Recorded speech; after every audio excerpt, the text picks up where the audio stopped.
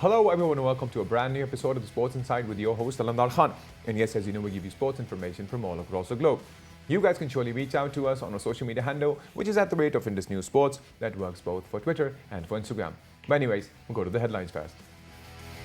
And yes, from the world of Kashmir Premier League, it is still underway, while in today's match, MUZAFFARABAD Tiger beat BAGH Stallion by 4 wickets.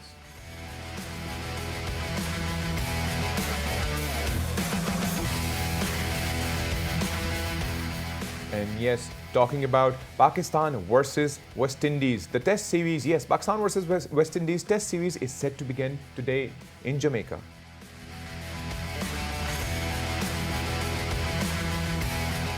And yes, from the world of NBA Summer League, Brooklyn Nets defeat Milwaukee Bucks by 97-91.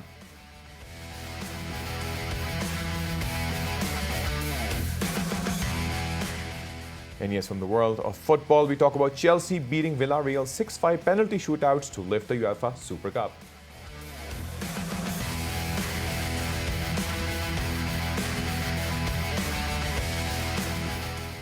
And yes, from the world of Olympics, Australian Olympians forced to undergo double quarantine of almost a month to return home.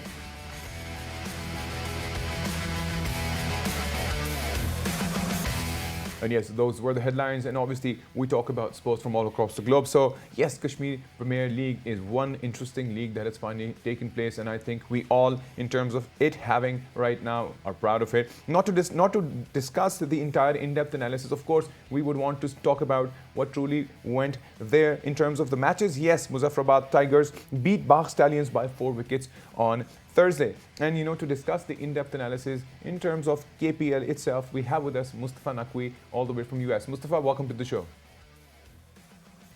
Thank you for having me, Alamdar. It's a pleasure to be here. Awesome, Mustafa. So now I want to talk about something great that is finally shaping up in terms of by the name of KPL as you know it, and of course in terms of cricket, we want your in-depth analysis on how you see, starting from this match, that obviously MUZAFFARABAD Tigers managed to beat the BAGH Stallions by 4 wickets. Not only that, but what is the future that you see of this amazing Kashmir Premier League? Well, I think it's a fantastic initiative, and it's been competitive so far. Most importantly, there was a lot of drama and a lot of media attention around this league, I think, especially concerning BCCI. Right. But it started in, not the easiest climate, with COVID still around and a lot of protocols and SOPs to be followed. So they've got it going. They've recruited, they've got their foreign players. They've got their strong Pakistani contingent. Right. And it's just fantastic to see it going, and to see good cricket playing. Right. And talking about, if we talk about the match itself, Iftikhar remained unbeaten at 86, whereas Shan Masood smashed 65 runs. So the question is, when do we currently see, or how do we currently see this developing even further? Because we've not seen Shan Masood perform the way we always expect him to, right? So how do you see this probably helping him, not only him, I think the entire lot of senior players that are in the team? Why? Because we also know that the World Cup T20 is nearby. Yeah, exactly. With the T20 World Cup around the corner, I think all these matches now are going to be important for all our players, especially the ones on the fringes. For example, Shan Masood, someone who hasn't made a name for himself in T20 or one-day cricket, and now is putting really good performances on the board. And we have others too coming, Ahmed Shahzad has got some runs, and some of the older Pakistani players who are not really in the current T20 crop coming out and getting some runs. So it's really good to see the competition for places is really strong. And with the T20 World Cup around the corner, every performance counts. So I think the players are really giving it their all now. Right, and talking about amazing matches, if we back it to, how Mirpur Royals edged Kotli Lions over this super over thriller on Wednesday. That was also interesting to see, because Royal posted a total score of 211 for 6, and they allotted 20 overs in response. Kotli actually scored 211 for 8 wickets. So I think we are also seeing development of cricket that is substantially solid in terms of not only their learning, all those new lot of people who have actually joined in the KPL. But do you want to see this more developing further as PSL, that, when it started as a franchise, do you see KPL developing even further? Absolutely. I think it has all the makings of being a successful international league.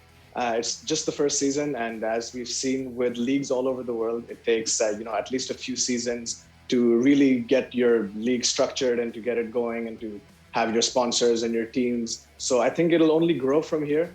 So far, it's been a really good start. There have been no hiccups in terms of security or COVID or anything. So far so good, and let's hope it continues to stay that way, because it's a really good prospect for Kashmir.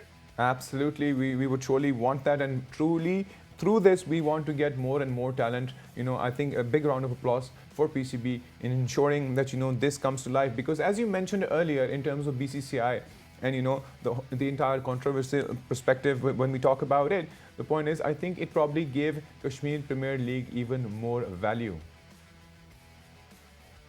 Absolutely. I think being in the news, publicity, any publicity is good publicity. So there was a lot of publicity around this league even before it started. And I think that's, like you mentioned, that's probably helped it in a way, helped the marketing and helped give it the platform that it needs to grow. Right. Yep, absolutely, Mustafa. And I would also want to talk about the next news in terms of the world of cricket. I want to talk about Pakistan versus West Indies Test Series. It's set to begin today in Jamaica. So how do you see that developing? Because obviously we managed to win the T20 series thanks to the rain as well. But how do you see this test going to help? Because I personally think the West Indies are pretty much ready in terms of their performance. But I think, if we had those two competitive matches that were abandoned due to the rain, I think it would have been a very solid T20 series. But how do you see this test developing further for Pakistan versus West Indies? I think it should be a competitive series, especially given that last time around in 2017, we beat them. We beat them 2-1. Right. It was a really thrilling final match. It went to, I think, the last over when Yasser Shah got that wicket. And it really promises to be a lot. I think we have a pretty good lineup. West Indies has been putting up some good performances on the board at home and even away in Bangladesh. They beat Bangladesh. And Pakistan's been doing pretty steady under Babar Azam. I think as long as rain stays away, which I believe there is some forecast over the next 4 or 5 days.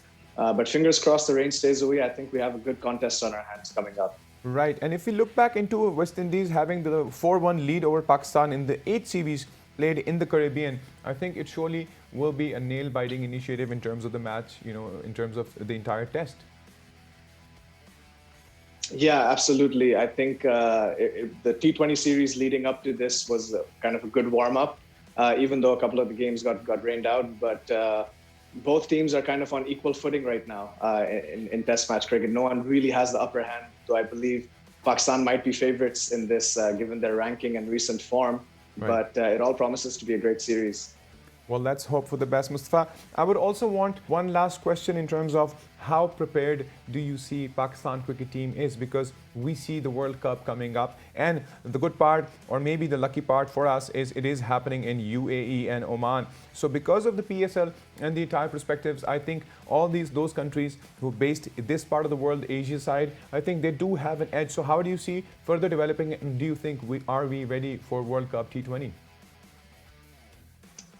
Yeah, I agree with that. I think with all the cricket that we've played in recent times, be it T20s, now with these test matches coming up, and then with New Zealand coming to Pakistan for more T20s, the more cricket we can get in, the better it is for us. We have, there's, I think, a couple of spots in the lineup that we're unsure about. Right. So the next few weeks, all the players will have a chance to put their hand up and play for their World Cup squad berth. And so it's really good that we're having a lot of cricket being played. It can only benefit us, and I hope to see good results in the upcoming T20 World Cup. Well, Mustafa, we surely would want that to happen. Well, thank you so much for being a part of the show and discussing the world of cricket with us. Thanks again. Thank you, Alamdar. So that was the in-depth analysis from Mustafa, and he obviously talked about the future of KPL itself, a great initiative in terms of how we see it growing, and hopefully it will grow where it's supposed to. Not only that, we also discussed Pakistan versus West Indies, and yes, we talked about the upcoming World Cup and how ready we think our team is. So we hope for the best in terms of the world of sports. What we're going to do is we're going to take a quick break. Once we get back from the break, there is more coming in from the world of sports. So see you guys after the break.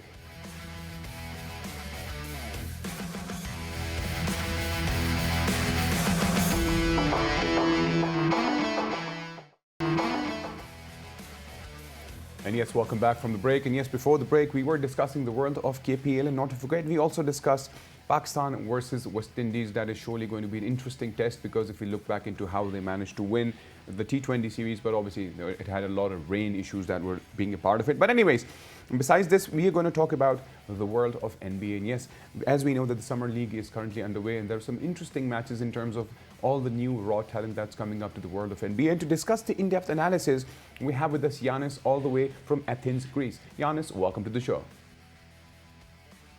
Hi. Thank you for having me. Great. So, Yanis, I'm going to start off with, in terms of the match I'm going to discuss to begin with, is Brooklyn Nets defeating Milwaukee Bucks 97 to 91 in the NBA Summer League. To begin with, so how do you see this development in terms of, obviously, it's a Summer League. We know it's the point where all the young talent wants to prove themselves as, you know, the future of the world of NBA. So how do you see this match shaping up for them? I don't think it was a match of high quality, because we had like 37 turnovers, very low shooting percentage from both teams. Right. I think we saw all the drawbacks or the flaws, if we can say we can use this word, that both teams have in the Summer League. I think that there were like one or two players from each team that stood out. I think from the BAGH, Jordan Nwora was a great player. He had 22 points. Right. But again, he took a lot of shots, 26 attempts. I think that the Bucks need to, how can I say that, to work more on both ends. But right. Again, the Summer League is a tournament where coaches, want to see young players, perform, how they perform. Right. From the Nets, I think Ron Sharp was the one that stood out. He played very well. I think 11 points, 8 rebounds. Right. He was he played very well. And Cameron Thomas as well. Cameron Thomas is the guy that he was selected 27 in the right. draft from the Nets. So he's a guy that he's going to have plenty of time, and he's going to have, how can I say that? He's going to have a significant role in the, for the Nets in the Summer right. League. Right. Overall, if I can summarize it, it was not a good game. But again, as I said, both teams, work on certain things in the right. Summer League. So, they now need to bounce back and focus on the next year. Right. So as you mentioned that, it wasn't as solid as you saw it in terms of the shooting. Obviously, it should have been more high-scoring game. How do you see them working more? As you just mentioned that, you look into them working more so that it could be more powerful for the future, for them. Even if we talk about Cam Thomas, obviously, we talked about him, you mentioned how talented he is. But what exactly do you think that they can do to get noticed in the long run by those coaches who actually are looking for raw talent? They need to play, I think, in a smarter way. They need to be smart. Sometimes, especially young players in some league, they are just trying to impress coaches and staff. Right. So they feel that they don't use their skills in the right way. Right. I mean, in a game with 37 turnovers, you see that something is not right. Right. They don't work.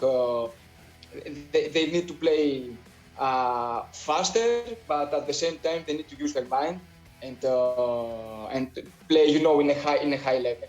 Right. Now, in terms of shooting is actually a matter of how can I say that? It's a matter of practice.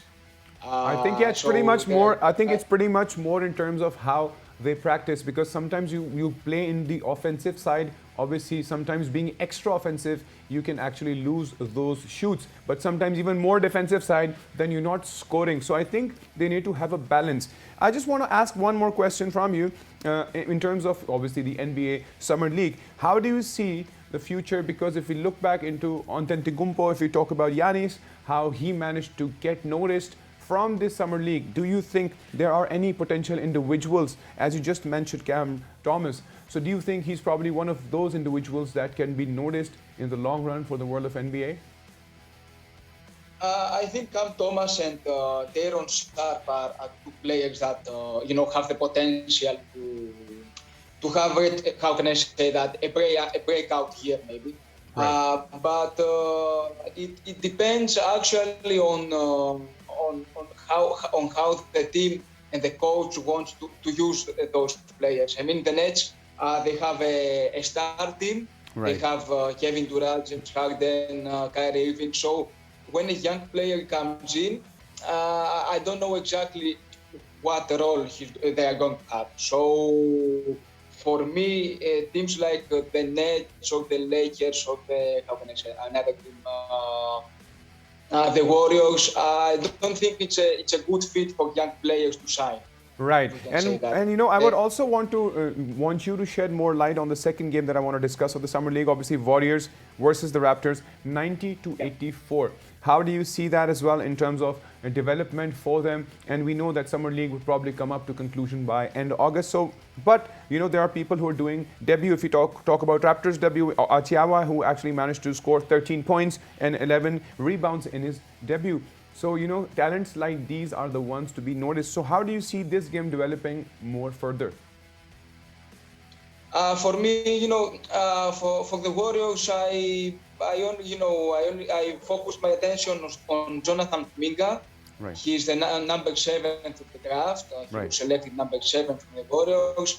And I think he's the one that's going to stand out, if you can say that word, and have a place in the roster, the active roster. He had 18 points and 4 rebounds. But I don't think the Warriors, are using the Summer League as a way to find new players. I think they are more focused on checking their draft picks and maybe some guys from the active roster that they have much playing time last year. Right. So my focus was on the Raptors. Right. I saw a lot of great things from Toronto. Actually, even though they're shooting just 35%, right. They tried to play a high-paced basketball, a transition basketball, and as head coach Patrick Mutombo said, we want to get stops and run. So that's maybe something the Raptors may try to use in the regular season as well. I mean, they are in a rebuilding mode. Right. So maybe they are going to have a different playing style, which will focus on transition and on defense and transition. So yeah, it was like I was impressed by what I saw from the Raptors, right. because they had players from 6'5" to 6'9". Right. But all of them could rebound, could run in transition. They had good ball handling skills. So despite the loss, I was impressed by them. Right. Well, thank you so much, Giannis, for giving us the insight in the world of NBA Summer League. We'll surely have you again on the show. Thank you very much. Thanks. Thank you. So that was an in-depth analysis from Giannis. He was, giving all his knowledge in terms of the world of NBA. And yes, there are so much of talent out there that is to be noticed, and that is the ultimate objective of the Summer League. Hope all goes well in the future. Anyways, I would give you an update in terms of the world of football. Yes, in terms of football, we talk about Chelsea beating Villarreal 6-5 in a penalty shootout to lift the UEFA Super Cup. The interesting thing is, ultimately, when the game comes up to this point, it was literally neck to neck, and 6-5 is like the closest that you can get. But when it comes there, it is technically very difficult. But anyways, Chelsea actually had lost previously 3 of their UEFA Super Cups, but I think finally they managed to do so. And with regards to COVID-19 situation, the strangest part is that the game was played in Northern Ireland. 13,000 spectators, generated a fantastic atmosphere there. The thing is, things have changed so much in terms of COVID and the regulations, but I think a lot of people are getting their vaccinations done, and slowly and gradually people following those protocols in terms of social distancing are coming to life. And yes, we would also want to update you with regards to what's happening in the world of Olympics. And as we know that the closed games came up to a conclusion, but yet again Olympians were forced to undergo double quarantine of almost a month. So it had been a very tricky situation in Tokyo itself. People and players who were actually flying in with the entire teams had to go through the quarantine, and obviously it has been very disruptive. Besides the fact that I just mentioned in terms of football, that people are still trying to get their 13,000 spectators for the football. It was an interesting journey, but Australia's Olympic team had 56 members returning to South Australia. And yes, Australia has surely been on a tricky side in terms of COVID-19 protocols, and they actually are trying their level best to ensure that the virus does not spread in the country. And the mandate, obviously, because when Olympics ended, they stayed there and they also quarantined once. But once they had to go back to Australia, there was another edition of double quarantining, which obviously is heartbreaking for all the players out there who were basically there in the Olympics representing their home country. But anyways, as per the entire committee and individuals who have actually mentioned it, they say it's cruel and uncaring. But anyways, the athletes are currently undergoing 2 weeks of quarantine in Sydney. But anyways, I hope things go well in terms of COVID-19 situation in Australia and all over the world. Meanwhile, you guys can surely reach out to us on our social handle, which is @Indus News Sports. That works both for Twitter and for Instagram. Till then, take good care of yourself, have a good weekend, and bye-bye.